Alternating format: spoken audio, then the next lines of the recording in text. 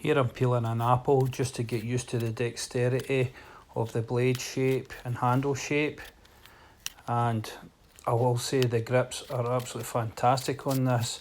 The rocky part is put into the marcata slabs really does assist you here when it comes to twisting and turning the blade round about the apple.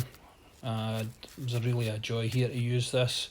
Great at this type of work, so that's definitely a pass for me.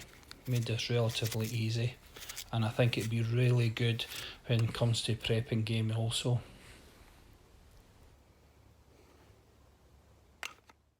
Here in this clip here, I'm testing the puncture capabilities of the tip when we're making like a water filter to let it drip out, and it does a good wee hole there, no problem whatsoever. And then I make a Rainflower. This is actually for just catching water. It's freestanding. You dig a hole, place it in the ground, and the splayed out wings allow more rain to be captured than just a pot that's been cut open straight across the top.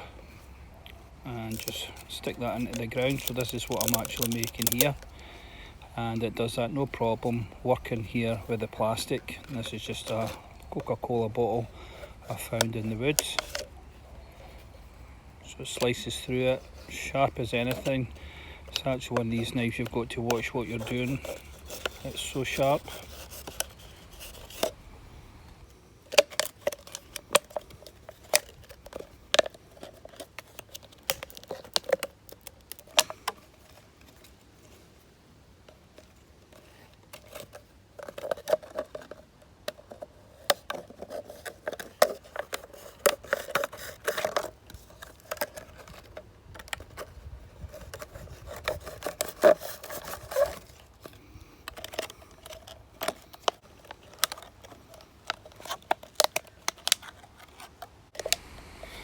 And here you can see the finished product here.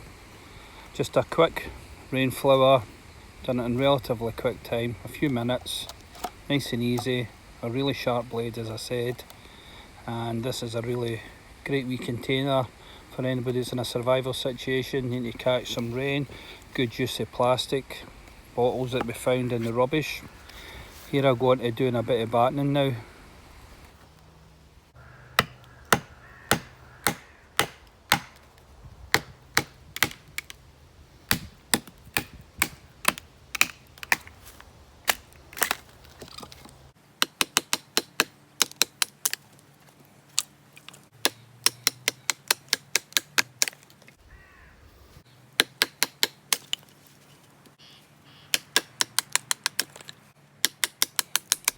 Here you see me battening through some sycamore and some elm. The 5mm spine of the Mark 5 made this relatively easy. I found for the best results it was better to keep the tip pointing up the way just because of the shape of the blade, and it gave me great results, no problem whatsoever here with battening. Here I'm doing a perpendicular cut just to see how it manages with that, straight through it. Yeah, made that look easy. So I was really happy with how it performed here at the battening, no problems there.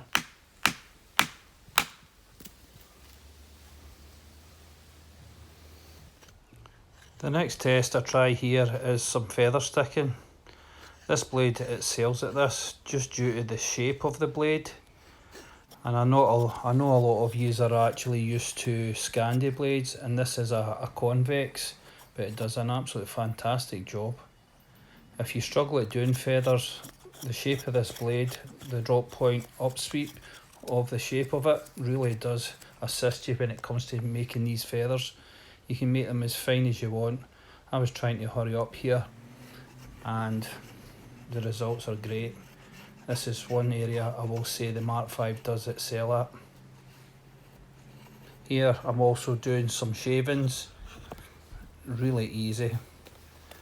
Just pick anywhere on the blade and just draw the knife across. You can make these curls as tight as you want. This wasn't the best of wood to be using, but it gave you great results.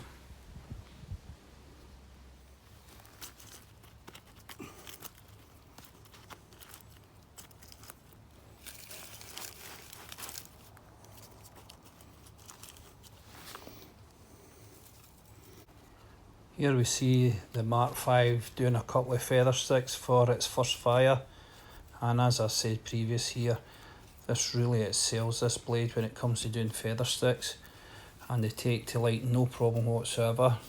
So this is its first fire, and I've just used the scraper to the rear on the tang and it works brilliantly.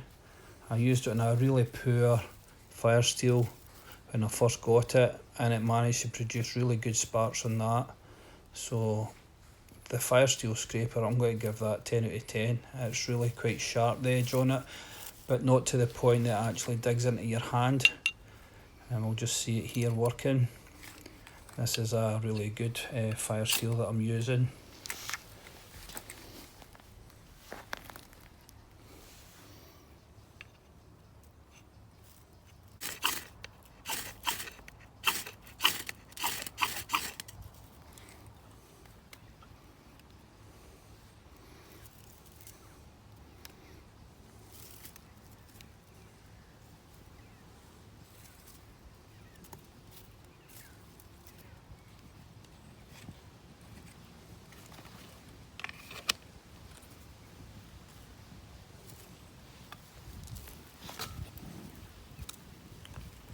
If you're into your bushcrafting, this is a blade I would seriously have a look at.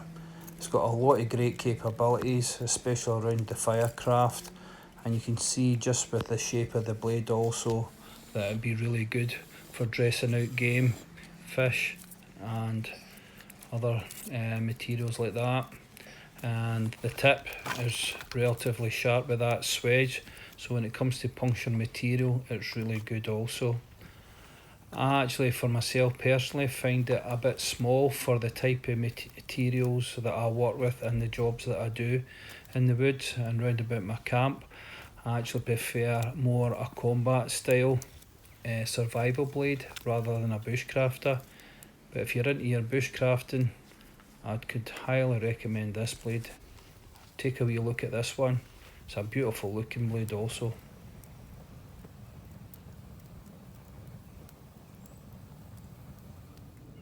Yeah, a very capable knife this. Slightly on the small side for me, I would say. I like my knives to be a bit larger, but this is a dedicated bushcrafter. Peeled that apple no problem. Very comfortable to grip all round in every position. And done the battening no problem in that sycamore that I take down this morning. The fire steel scraper works great. And if you're not too good at the feather sticks, this up sweeping drop point really assists you when it comes to that. When we were splitting there with the tip, it really did assist get through that fibrous wood there. It really was quite fibrous, really quite difficult to separate once it was split. Yeah, the 5mm spine gives you plenty of real estate for battening, as you've seen there. Yeah, a very capable knife this. Yeah, so that's a thumbs up for me. Really like this knife. Cracking shape, very unusual. Right, let's see what you think of it then. Put your comments in and I'll get back to you. And I'll catch you all in my next video. Thanks again for coming along the channel.